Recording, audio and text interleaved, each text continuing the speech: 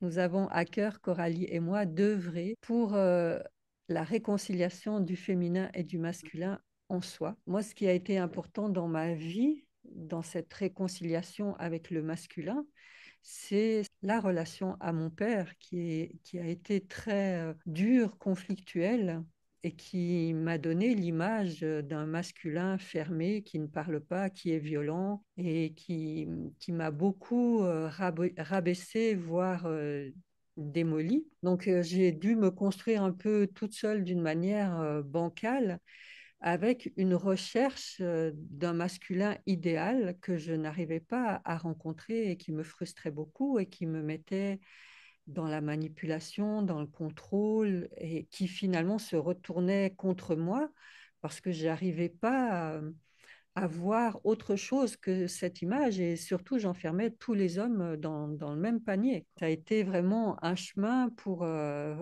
retrouver cet accordage à l'intérieur et de pouvoir être en amour d'une manière plus juste et avec moi et avec l'homme, parce que quelque chose s'est ouvert aussi et s'est ajusté à l'intérieur de moi dans ma posture avec ces deux polarités. Ouais, c'est super intéressant parce que ça montre bien dans ce que tu décris hein, que les modèles ont construit notre masculin et notre féminin intérieur. Et moi, effectivement, j'ai été une femme extrêmement contrôlante et mon masculin intérieur était très fragilisé et faible. Ça a été le modèle que j'ai eu de mes parents, en fait, hein, un père absent et une mère qui contrôlait tout. Et en fait, qu'est-ce que ça a généré chez moi un masculin faible, c'est-à-dire difficulté à prendre des décisions, difficulté à acter, difficulté à être à l'écoute de ce qui est bon et juste pour moi, difficulté à me positionner, difficulté à faire des deuils, mais aussi ne pas oser être dans cette dynamique de créativité. Tous les accompagnements qu'on fait en ce moment, ils sont dans cette recherche d'équilibre du masculin et féminin au fond. Parce que un masculin et féminin bien équilibré, qu'est-ce que c'est? C'est que c'est un masculin qui est comme une couple, quelque part comme une coupole, qui va soutenir, qui va amener de la sécurité, qui va aider à faire des choix, qui va soutenir dans la clarté, dans la mise en acte, pour que le féminin puisse pleinement déployer sa puissance dans la créativité, dans la subtilité de l'écoute, et dans l'acte aussi, mais un acte qui part vraiment des tripes, en fait, de je ressens, je mets en acte, je ressens, je mets en acte. Et je sens bien que tous les accompagnements et tout, finalement, les processus qu'on propose, au fond, ils sont dans cette recherche de rééquilibrer en nous ce masculin et ce féminin intérieur. Et la société telle qu'elle est aujourd'hui montre cette œuvre qu'on est en train de faire là, tous et toutes ensemble. Et pour moi, la première chose, c'est de prendre responsabilité. C'est-à-dire que il m'arrive des choses dans ma vie qui sont en vibration avec mon inconscient. Et donc, si je projette à l'extérieur que c'est de la faute de mon patron, c'est de la faute de mon mari, c'est de la faute de mon père, etc., je ne prends pas responsabilité. Tout ce qui se passe à l'extérieur est une projection de mon inconscient. Donc, la première chose à faire, c'est de revenir à soi et de prendre responsabilité. C'est pas responsabilité, c'est pas être coupable d'être comme je suis, mais c'est dire oui. À partir du moment où je prends responsabilité, je peux faire quelque chose. Si je ne suis pas responsable, eh ben, j'ai pas les manettes, j'ai pas les rênes en main. Alors que si je prends responsabilité de ce qui se passe en moi, de ce qui réagit en moi, de ce qui a pu en moi être les parts contrôlantes, les parts qui veulent pas voir les choses, qui sont dans le déni, les parts qui sont en colère, etc. Si je prends responsabilité de ce qui est en moi, je reprends le pouvoir. Et c'est là que je reprends aussi le pouvoir sur ma vie. Oui.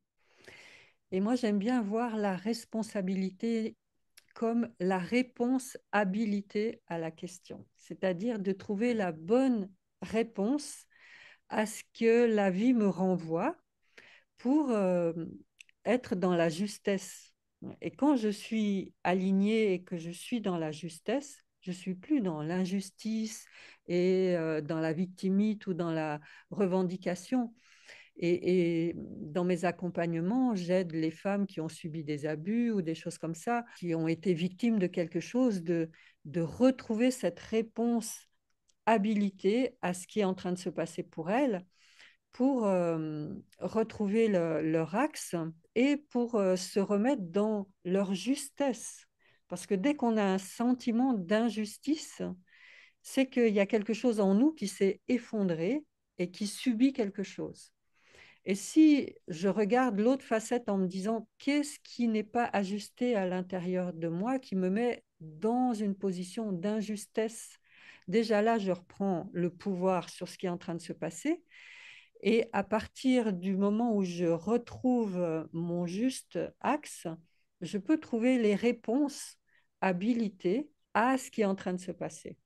Voilà. Et parce que souvent, dans ce terme de responsabilité, c'est comme prendre quelque chose sur son dos, un truc Mm. vachement lourd là, et qui est pesant, alors que ça n'a rien à voir avec ça. Tu parlais aussi de culpabilité, c'était comme si c'est pour ne pas être dans la culpabilité, alors je suis dans la responsabilité, mais en fait, il y a encore quelque chose qui est pesant, alors que si le but, c'est de chercher la bonne réponse, alors là, ça met déjà dans une dynamique et dans un mouvement qui est un peu plus léger, quoi, et plus créatif, parce que je pars à la rencontre de ma sagesse intérieure quelque part quand je me connecte à ça. Mm.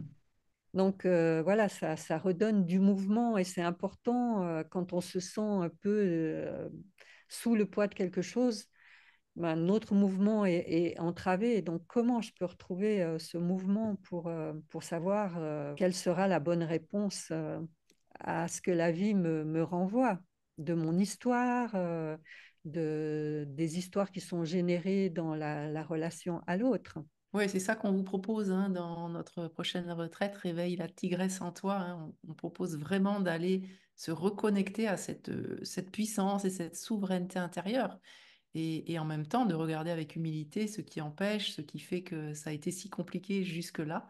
Mhm. Mais on est vraiment dans cette dynamique avec Catherine de vous offrir un espace pour que vous puissiez déposer ce qui est justement ces fardeaux et vous reconnecter à cet élan qui va permettre après ben, d'embrasser la vie d'une manière différente, mais aussi de changer de regard sur tout ce qui pèse, tout ce qui est lourd, les endroits où je me sens victime, etc. Mhm. Et on accompagne sous forme de retraite, mais aussi on a un parcours en ligne une fois par mois entre femmes, rencontre dans l'espace cocooning pour vraiment continuer à se soutenir dans ce chemin parce que j'avais une personne que j'accompagne qui me disait après la première séance, est-ce que je serai autonome?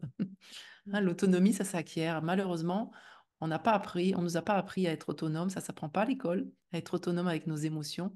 Et donc, ça prend un peu de temps de rechanger le regard sur nous, prendre responsabilité, retrouver sa souveraineté et puis pouvoir se montrer au monde tel qu'on est finalement pour pouvoir offrir le meilleur de nous-mêmes. Alors, on espère vous retrouver bientôt dans ce parcours. Il y aura d'autres stages en présentiel également. Mais en tout cas, voilà, ça nous fait plaisir d'œuvrer à vos côtés.